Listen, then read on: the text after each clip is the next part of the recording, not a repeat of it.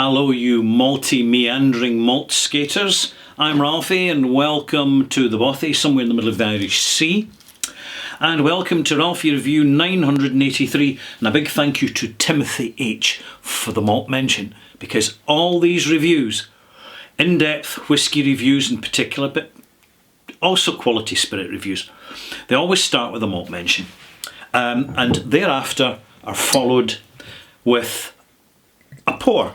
Now, I sometimes have the whisky already poured, and usually it's from an older bottle, which needs an older bottling, right, with a bigger age statement, an older age statement, and it just simply needs more time in the glass to open up. But when you've got young whiskies, particularly the new generation of non-age statement, better quality whiskies, they're more or less ready to go within 5 to 10 minutes. So, this happens to be a version of Bunnahabhain, which is peated. It's peated Bunnahabhain.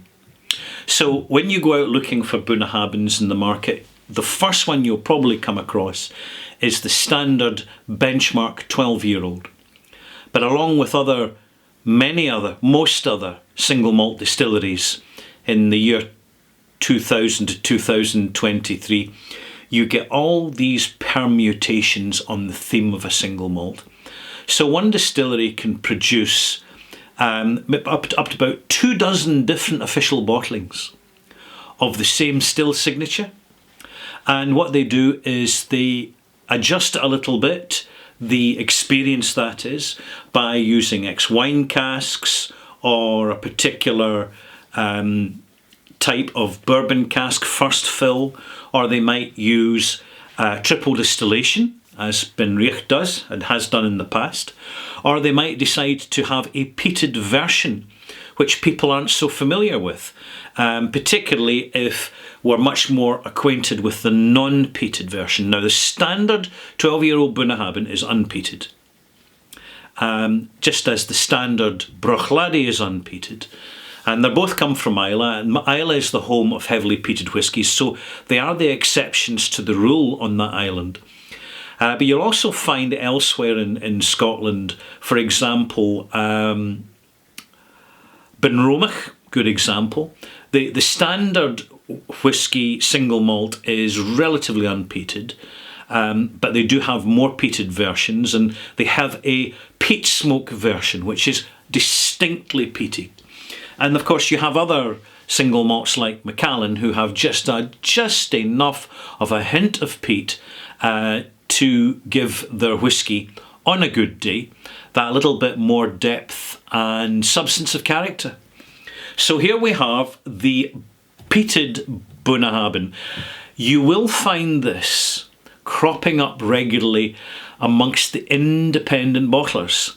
It will be either called peated Bunnahabhain, or alternatively, the other name for peated Bunnahabhain is Stoisha.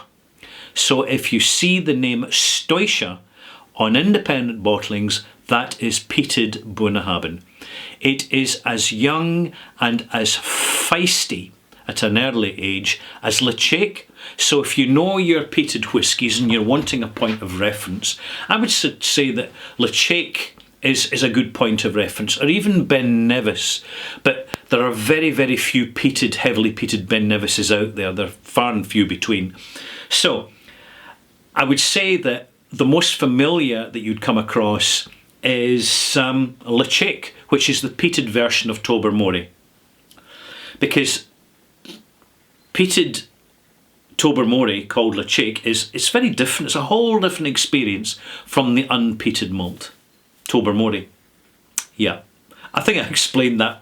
I've eventually explained that one, and I recommend it. This is the official version. As I mentioned, independent bottlings are out there. They're usually very interesting, and there's no shortage of character. But here with the official bottling, you're getting a young 6-7-year-old, very phenolic heavy whisky, but also a lot of fresh cask involvement, both sherry and bourbon, by the taste that I'm getting. And so when you come to the nose, there's a lot going on. It's kind of fruit cake that's been hung over a barbecue, barbecued fruitcake, can I say that? Or smoked Christmas cake. You'll find it's more on the smoky side of peaty rather than the vegetal peaty side of peaty. So it's more like Lagavulin than it is like Ardbeg or Coolilla. So the smoke is quite prominent. And that young, particularly in the nose, that young phenolic gravity, it travels well simply because they've used decent casks to kind of bring it forward. And despite its young years, and I don't know how many years exactly, but I'd say no more than 6, 7, possibly 8, what you have is the active casks bringing on the maturation quite successfully. Now, that's just the nose. What happens when we have a taste? Oh, medicinal, very medicinal, rich, sweet, cough mixture medicinal.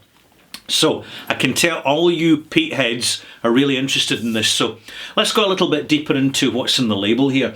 This is Choichada, is the Gaelic name for it. Probably mispronounced it, I don't care.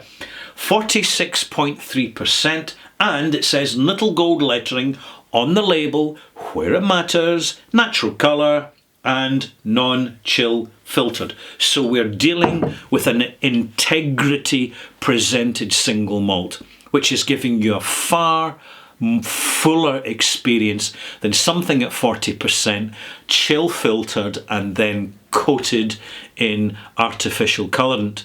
Now, fine for the blends, not a problem in the blends, because most blends are mixed or you have it with ice, so you're really not bothered about the flavour there anyway. And that's the fact of it. It's not so much an opinion, it's a fact. It's an empirical fact. That's what kind of fact it is. So we're going to add some water now. And I'm going to be generous. 10 millilitres already. 2 teaspoons. And that's us just getting started. And then I've added another 3 teaspoons of water. Why?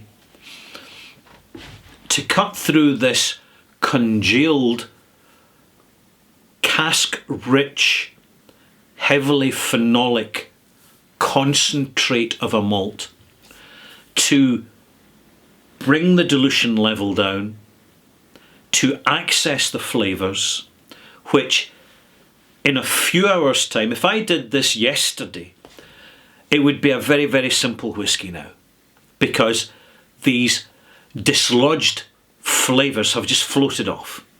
But because I'm doing it at point of tasting, at point of smelling, it takes time for them to lift off after the dilution, after the weakening of the ethanol within the beverage, and as a result of which you get this cavalcade on the nose and on the taste buds for the next hour or so of some really far greater complex whisky than you would do if it had been made conveniently dilute for you at point of bottling. And this represents a new generation of awareness in some of the whisky industry that people are looking to buy quality, and that particularly when you're dealing with a global recession, you've got marketing people, the decision makers, have got to look at who's actually still buying our whisky and why.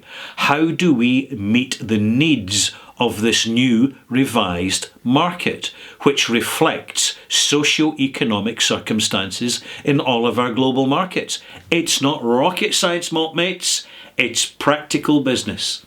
So Bunnahabhain are well ahead of the game. In the past, they've occasionally had a bad bottling. Not so much recently. I think they have picked up on the online conversation and are sorting out, unlike some other brands out there who are already seeing their sales suffering simply because their bottles spend more time on the shelves of shops not selling instead of selling. It's real life. supply and demand. And particularly in the age of the internet, demand for quality is far more articulate, understood and shared than it ever used to be. Let's go back to the nose. Now we've got dry syrup, loads of barley sugar, slightly gingery, slightly minty as well, because you get that barley sugar and phenolics create mints and slight methanols and slight, not methanol, mint and euthymol. Right, that's better. Euthymol, which is a kind of minty flavour, and wintergreens and angelica, these kind of green, sort of tangy, herbaceous notes. I've added a lot of water. And by the way, we're only a few minutes into this review. You can see the Scotch whisky, Scotch mist, right? The Scotch mist in the Scotch whisky starting to manifest. Always a sign of genuine delivered integrity. Always. Doesn't matter what the quality of the casks were, really. It does tell you that whatever was bottled is better, a lot better than it would have been if it had been bottled at 40% chill filtered. End of. Taste.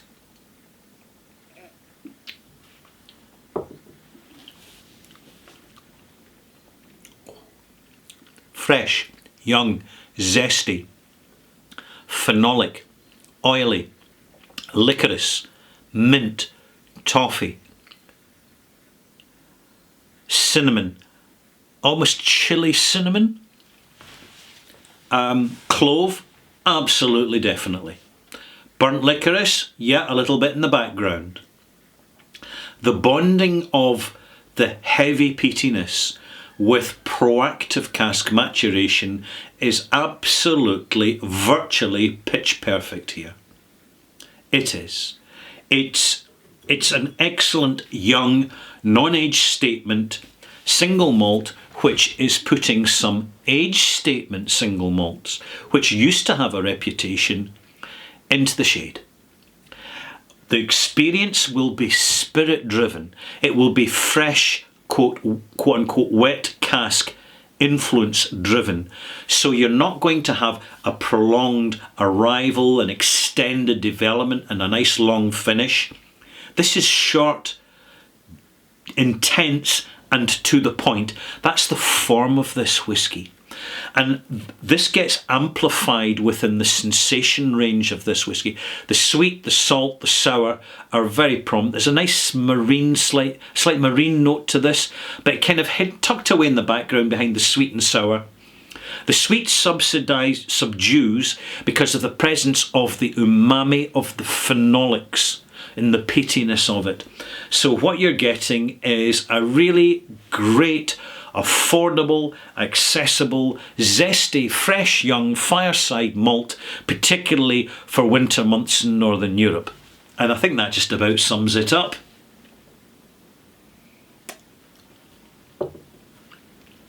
This is what you start with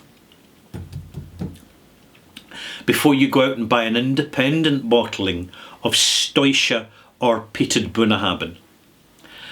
Those bottlings are variable, right? Because they're all dependent on the cask. However, don't underestimate for 1 minute that when you're dealing with a heavy phenolic whisky, you only need enough influence from the cask to tone it down and just round it off to make it very palatable and acceptable as a single malt Scotch whisky. So the casks don't have to do much with phenolic whiskies in a short space of time to be effective. So bear that in mind. This is all part of the knowledge of navigating single malts. So what am I going to give this? Oh, let me see now. I'm going to give this a very well earned, actually, because I'm really enjoying. I have been enjoying this single malt from the moment I opened the bottle. And initially, I'm thinking, it's a bit young. It's a bit young. It really is quite a bit young. But then as my senses grew acclimatised to it, it started to just settle down, and particularly, and mark my words about this is quite important now, so please pay attention. I know you are anyway, but please pay attention if you're slightly distracted. See this whiskey? If you leave it in the glass with a decent amount of water but not too much, and you come back an hour later, it will have transformed into something actually magnificent. Really magnificent. But I'm going to be practical about this. I can't be too sentimental in my marks. I'm going to give it... I was going to give it 83, but do you know, see for now, I'm just reminding myself of how good that prolonged open glass is. Giving it, in fact, pour 2 glasses. Pour a glass, add them water, leave it an hour later, pour a second glass, add a drop of water and go between them, backwards and forwards, and see how different they are. It's remarkable. 84 out of 100, it's a malt mark. That's what it is, malt, integrity malt mark. And if you want to pop it back again, back again, for Ralphie Review 983 Extras, I'm going to talk about understanding oxidization when you open your bottle. I'm going to give you context, because I know from recent conversations in my Patreon channel, Ralphie, RALFY, that one of the discussions has been about, well, once you've opened a bottle, how long can you actually really leave it? Because I've been introducing some of my stash bottlings, and although a lot of my bottlings in my stash, which is to future-proof my access to good quality single malt for the rest of my life. That's what a stash is about. Many bottles are sealed, unopened, but others have been opened 6 years ago. 6 years ago, and is as beautifully flavoured, characterful and dynamic as the day I opened and reviewed it 6 years ago. In 2016, really, August 2016. It was a Benriach, It was a Benriach single cask, 1998. Why is it kept so long, so intact? Have I put this inert gas in it? Have I got some secret formula? Have I been wrapping it round with sealing tape that you can get on eBay? None of that. I just left it in a cool, dry place away from direct sunlight, and I'm going to go into that and tell you more about it. And then once I've done that, I'm going to provide even further context as to why you should not be afraid of oxidization happening in your bottle of whiskey. Hope you'll join me for that, because that video will be along fairly soon. Bye bye.